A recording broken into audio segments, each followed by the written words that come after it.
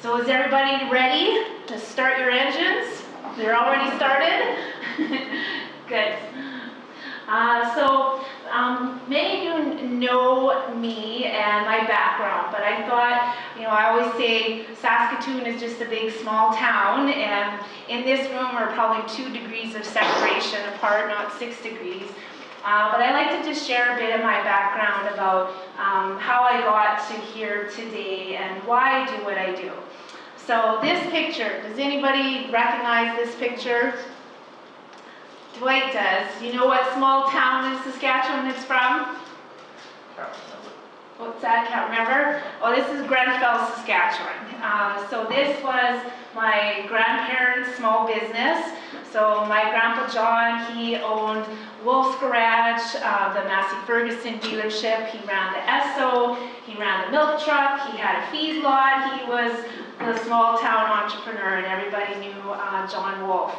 And as a young person, my grandpa was larger than life, and I just thought he was amazing. And of course, my grandma was there right by his side, helping run all these different businesses. And there's Grandma and Grandpa. And then these are my parents, where my small town where I grew up, which is Raymore, Saskatchewan. And they owned the pharmacy in small town Raymore. So I spent a lot of hours in the pharmacy of free labor, stocking shelves and doing inventory, and worked my way up to the cash register, but had lots of great experiences there.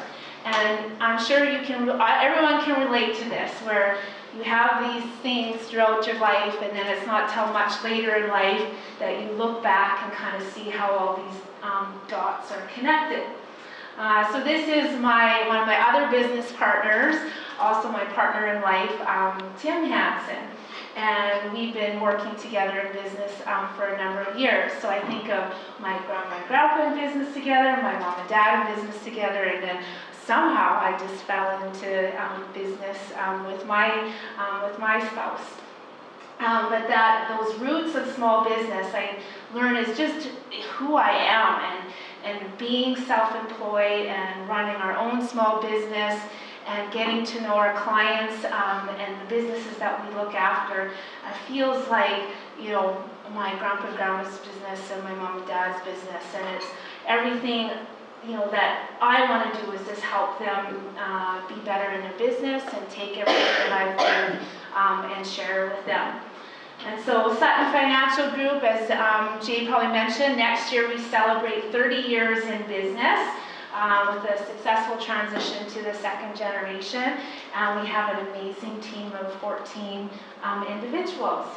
So that's our team. And yes, just in case you're wondering, Stacey and I have been working in benefits since before benefits were cool. She loves that I share this picture. I always say, look at us, it's safety first, right? So yeah, Stacey and I have been in the business for a very long time. So why are you here today? So no, you're not there. I think that looks like Banff, but you're here at the Willows. But you have a pen and paper in front of you. Just take 30 seconds and just kind of write down why you're here today, what you want to get out of our time together today. So maybe you feel like Michael. Anybody watch The Office? The branch manager from Dunder Mifflin. Jay used the maze analogy.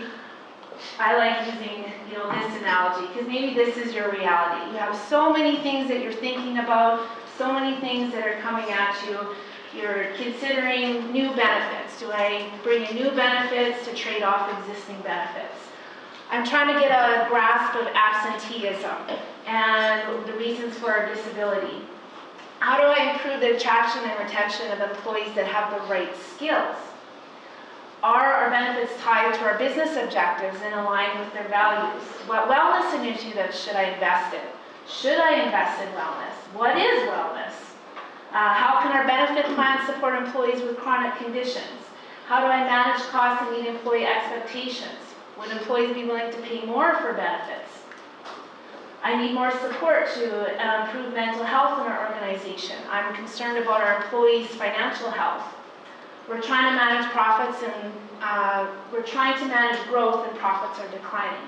So I know there's so much on everyone's plate, and this may be some of the reasons why you're here today. And this is our goal is to kind of help weed through these things and provide you some direction. So I have a fun little exercise just to engage our brains, and we like to say that we try to make what is complex and overwhelming a bit more simple. And if everyone's had the joy of reading through the group insurance contract or a benefits renewal from cover to cover, you'll know that there's lots of jargon and things in there we might not fully understand. So here's something for you. And this is, if you know the answer to this common proverb that you've heard before, you can just shout it out. And I will probably not pronounce these big words all correctly.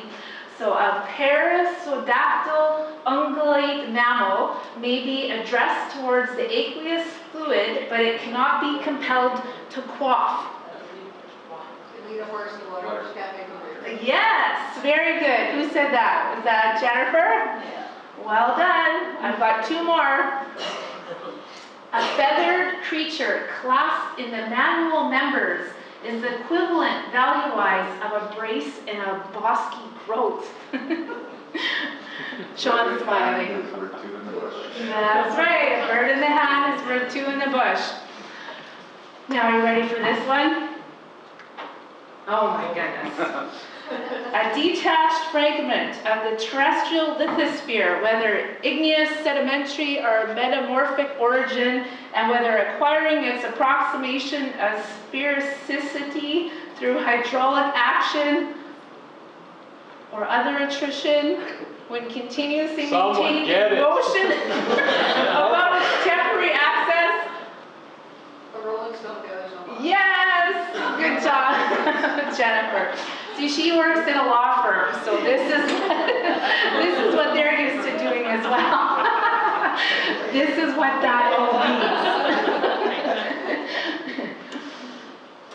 Okay, so now, again, we're going to go back to our pens and papers, and at your table, my first question for you, and again, think of this in the framework of my benefits and pension, all my initiatives, how, what's working well. So if you can just kind of jot down, think of your own organization, what's working well in your own organization, your benefits driving performance. What's working well in your organization for your benefits and rewards driving performance? We have excellent coverage and excellent advisors. Excellent coverage and an excellent advisor. Oh, see, I paid him to say that. I can't spell. Who else? What's working well? Excellent pension in our organization. And how do you see that as driving performance? I believe the staff know what they're working for and towards.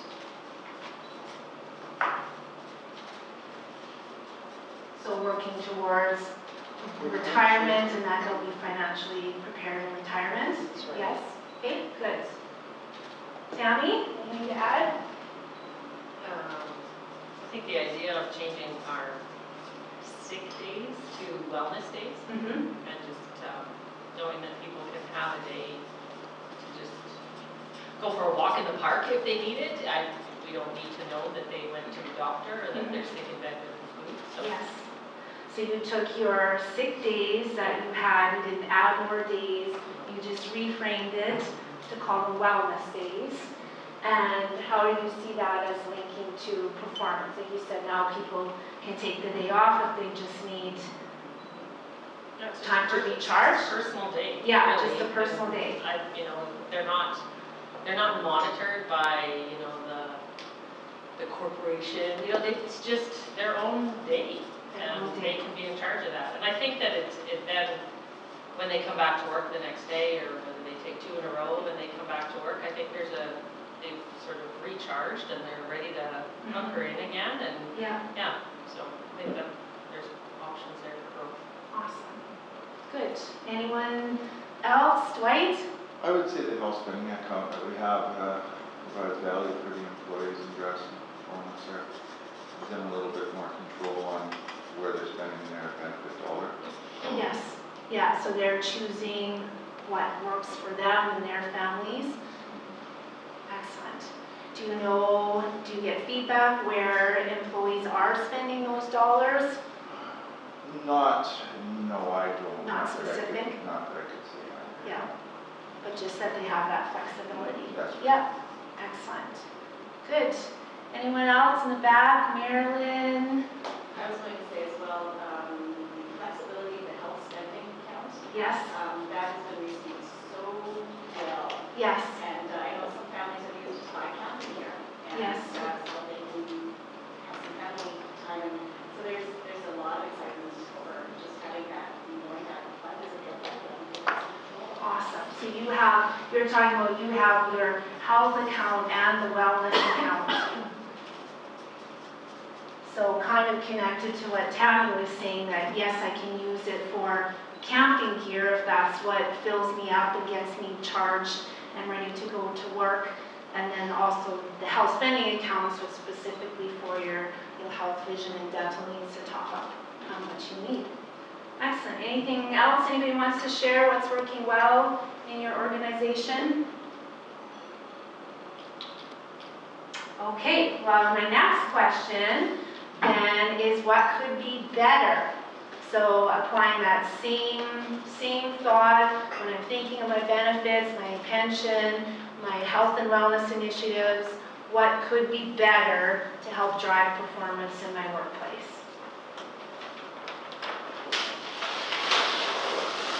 More commonplace Mm-hmm. and making it easier for employers and organizations to talk about what we can do to improve mental health for everybody and their own employees. Yes, awesome. So yeah, generally agree, applies to any organization. Yes. What else could be better? Grant? From what we see in our clients is complacency. So not looking forward enough in terms of what coverage will we need, different demographic groups, drug costs that Yeah. are going to be escalating quite significantly, Yes. which will impact employers' portions. Mm-hmm. So just not forward enough.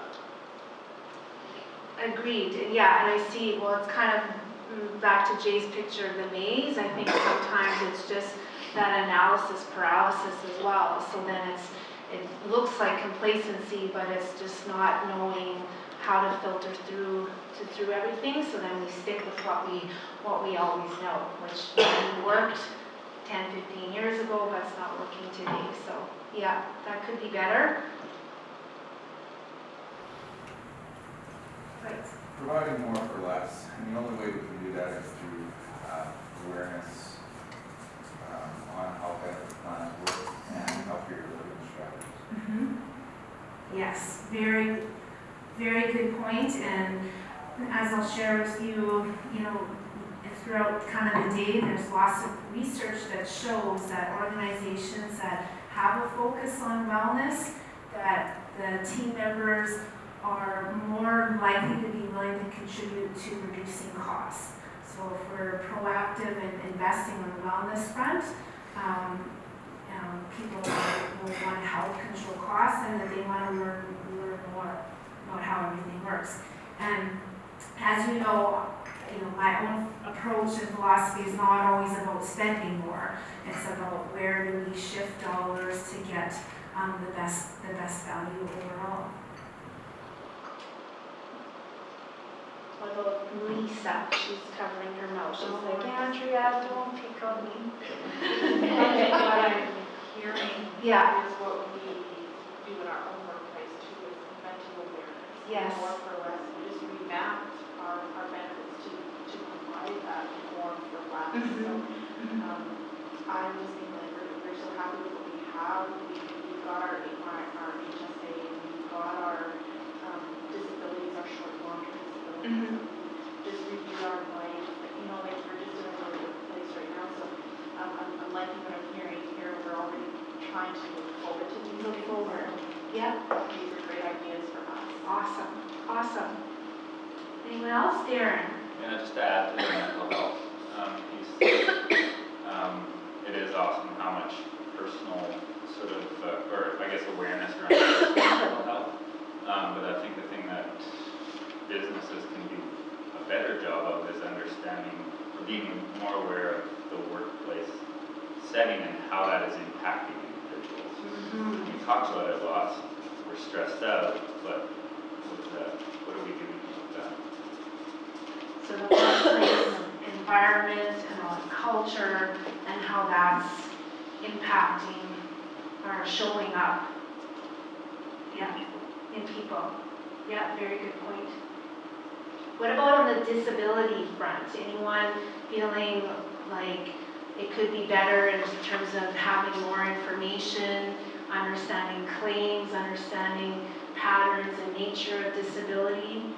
Because I do hear that a lot from clients that, you know, because of privacy and the lack of information, and that once an employee goes on claim, that there's this distance, and then, you know, mental health becomes part of the picture when we're losing that connection with employees and not being as involved in the claim. Does that relate to anyone? I see a few nodding heads. Yeah. Okay, so I like sharing these exercises because as Lisa said, sometimes it feels like might be all alone in this, and we think of Michael Scott and all these things that I'm trying to do, and I can tell you from, you know, the clients that we work with, everyone is faced with these different challenges. Every workplace is unique, but we're all trying to you know, do the best we can, and we've got lots of things working well, and there's always room for things to be better. So maybe you have one of your could-dos from this conversation that we had already that made you think of something. So before I go to our first speaker, we're going to do a little assessment together of our companies.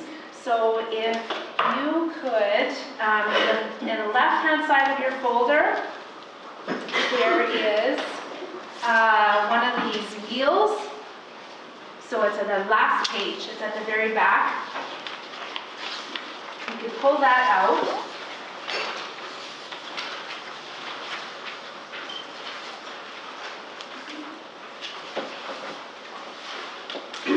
Got lots of papers in there. So pull that out, and I'm just going to briefly go over our Sutton engagement wheel with you. And some of you have done this assessment before, but we're just going to have a bit of a different framework when we do our own company assessment. So this is a model that we created. Again, we call it the Sutton engagement wheel.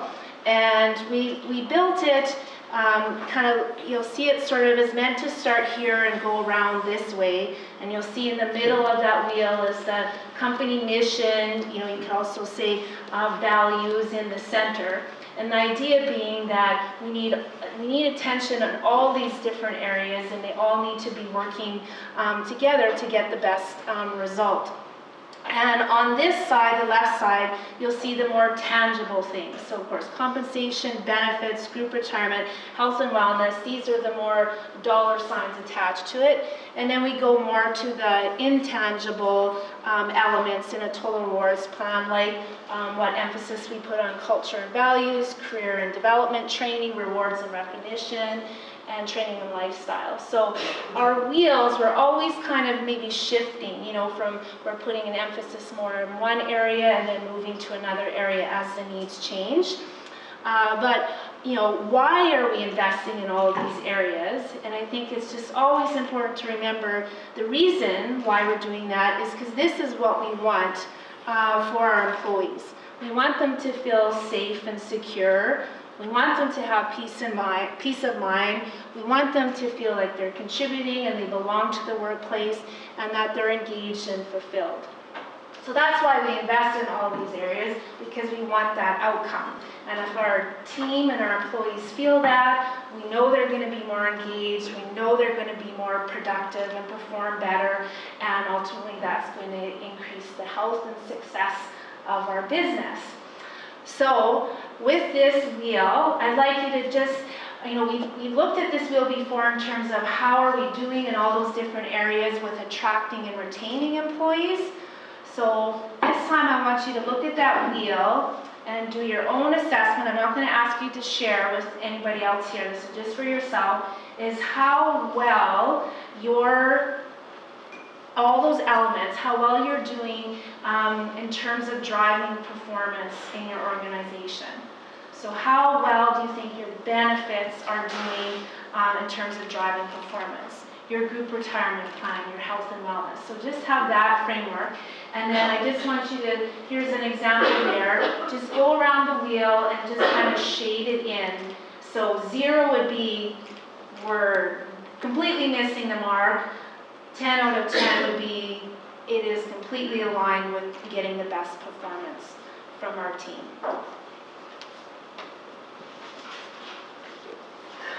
So your wheel might look like this. So is everyone's wheel just perfectly round, completely balanced? No? Is there anything that jumps out at you right now? Is there anything when you look at that wheel that you're like, maybe it's time to pay some attention in this specific area? Because I find sometimes we might want to, we're looking at things that we're already investing a lot of dollars in and trying to make it better, when maybe those dollars could have more of an impact investing in another part of the wheel and get a better result. So again, this is for you just to reflect on throughout the day and be thinking about how balanced we are in these different areas. Maybe there's some ideas in here that will help you, you know, what am I going to take action on to round out this part of our meal so that everything's working together to drive performance.